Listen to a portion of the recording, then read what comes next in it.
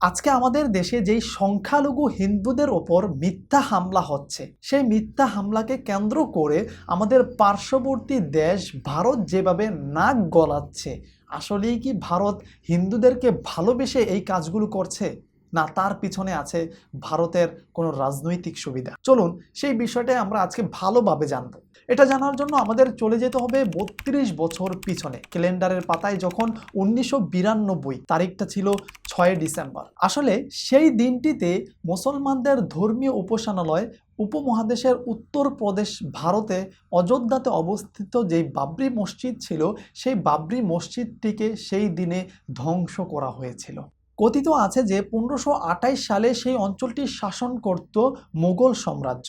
মোগল সাম্রাজ্যের তৎকালীন সেনাপতি মীর বাকি মোগল সম্রাট বাবরের নামে মুসলমানদের ধর্মীয় উপাসনালয় বাবরি মসজিদটি নামকরণ করেছিল। জনসাধারণের মাঝে একটি বিশ্বাস ছিল যে যেই জায়গাটিতে মীর বাকি বাবরি মসজিদ নির্মাণ করেছিল, সেই জায়গাটিতে রামের একটি মন্দির ছিল এবং তারা মনে করত যে রাম মন্দিরকে ভেঙে সেই জায়গাতে মীর বাকি মুসলমানদের উপাসনালয় বাবরি মসজিদ নির্মাণ করেছে। আসলে সেই জায়গাটাতে যে রাম মন্দির ছিল, সেটার ভিত্তিতে কোনো দলিল এখনো পর্যন্ত জাতি পায়নি এবং এটা নিয়ে অনেক তর্ক বিতর্ক আছে। তখন থেকেই সেই অঞ্চলের হিন্দু এবং মুসলমানদের ভিতরে একটি বিদ্বেষ ছড়াতে থাকে। শত শত বছর ধরে তাদের ভিতরে সেই হিংসা বিদ্বেষ চলমান ছিল। সেই হিংসা বিদ্বেষকে কাজে লাগিয়ে বিজেপির নেতা ১৯৯০ সালে LK আদবানি রাম রথযাত্রা নামে একটি শোভাযাত্রার আয়োজন করে। সে মনে করেছিল যেই শোভাযাত্রাটি আমি আয়োজন করেছি, সেই শোভাযাত্রাটির প্রতিফলন হবে যেই হিন্দু অবলম্বীরা আছে তাদের যেই বিদ্বেষ আছে মুসলমানদের বিরুদ্ধে, সেই বিদ্বেষকে কাজে লাগিয়ে তাদের ভোটগুলোকে বিজেপির বাক্সে যেন ভরতে পারে। তখন তারা সেই শোভাযাত্রাটি নিয়ে পুরো উত্তরপ্রদেশ ঘুরে অযোধ্যাতে এসে অবস্থান করে। তৎকালীন বিহার প্রদেশের সরকার LK আদবানিকে গ্রেফতার করে। তখন সেই শোভাযাত্রার কিছু হিন্দু জনগণ মুসলমানদের বাবরি মসজিদকে কেন্দ্র করে তারা হামলা চালানোর চেষ্টা করে। তৎকালীন আইন শৃঙ্খলা বাহিনীদের সাথে তাদের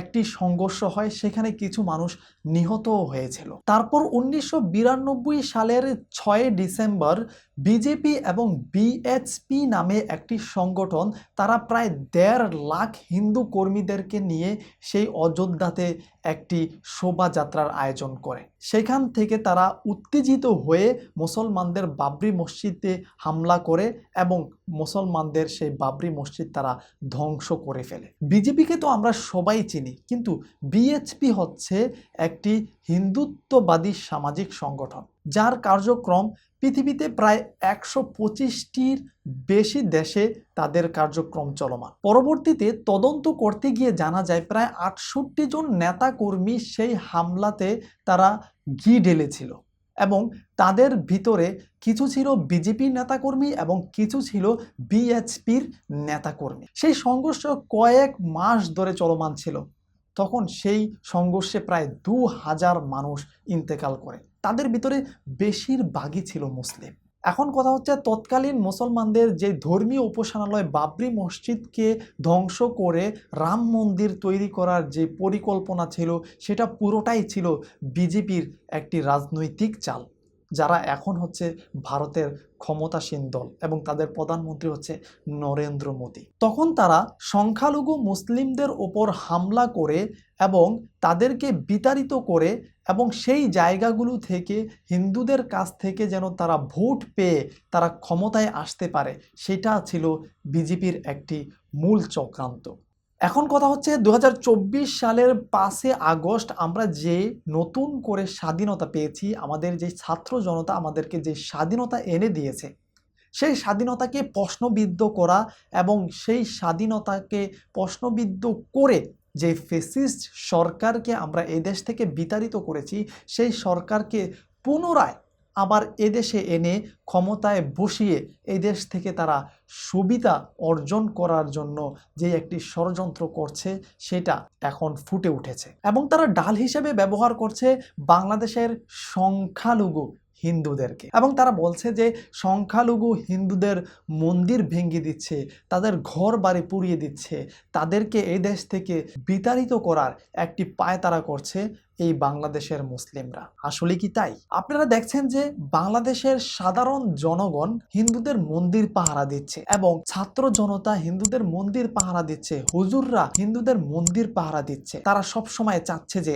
আমাদের ভাই, আমাদের বোন, আমাদের মা তারা যেন সব সময় নিরাপদে থাকে। ধরেন আমার ছবিগুলো মিথ্যা হতে পারে, এডিট করা হতে পারে, কিন্তু এখন যেটা শোনাবো সেটা কি মিথ্যা হতে পারে? শেখ হাসিনার পদত্যাগের পরে এদেশের হিন্দু সম্প্রদায় মনে করেছিল যে তাদের উপর বিশাল একটা হামলা, লুটপাট, অগ্নিসংযোগের ঘটনা ঘটবে। কিন্তু গতকাল বিকালেই বিএনপি এবং জামাতের নেতারা তাদের নেতৃবৃন্দকে হিন্দুদের বাড়িতে হামলা, লুটপাট, অগ্নিসংযোগ যাতে না হয় এবং প্রত্যেক মন্দিরে যাতে পাহারা দেয় সেই ব্যবস্থা করার নির্দেশ দেয়। এবং গতকাল থেকে আমরা দেখেছি সেই পাহারা দিয়েছে। সাধারণভাবে হিন্দুদের উপরে বড় কোনো মন্দিরে কোনো হামলার ঘটনা ঘটে নাই। আমরা যার বক্তব্য শুনলাম ইনি হচ্ছেন অ্যাডভোকেট গোবিন্দ প্রামাণিক। ইনি হচ্ছেন বাংলাদেশের হিন্দু মহাজোটের প্রধান। তার কথাগুলো তো মিথ্যা হতে পারে না। তার মানে আমরা এই সম্পূর্ণ ঘটনা থেকে আন্দাজ করতে পারলাম যে বাংলাদেশের যেই স্বৈরা শাসক ছিল, যে ফেসিস্ট সরকার ছিল, তারা ভারতের ওপর ভর করে বাংলাদেশের সংখ্যালঘু হিন্দুদের ওপর মিথ্যা নির্যাতনের একটি অজুহাত দেখিয়ে তারা পুনরায় বাংলাদেশে এসে স্বৈরা শাসন চালু করার একটি পায়তারা করছে। আসলে এটা কখনই বাংলাদেশের সাধারণ জনগণ, ছাত্র সমাজ, হুজুর সমাজ তারা কখনোই এটা হতে দিবে না ইনশাআল্লাহ, এবং এটা কখনো হবেও না। আশা করি ইনশাআল্লাহ আপনারা আপনাদের মতামতটি কমেন্ট বক্সে জানাতে ভুলবেন না।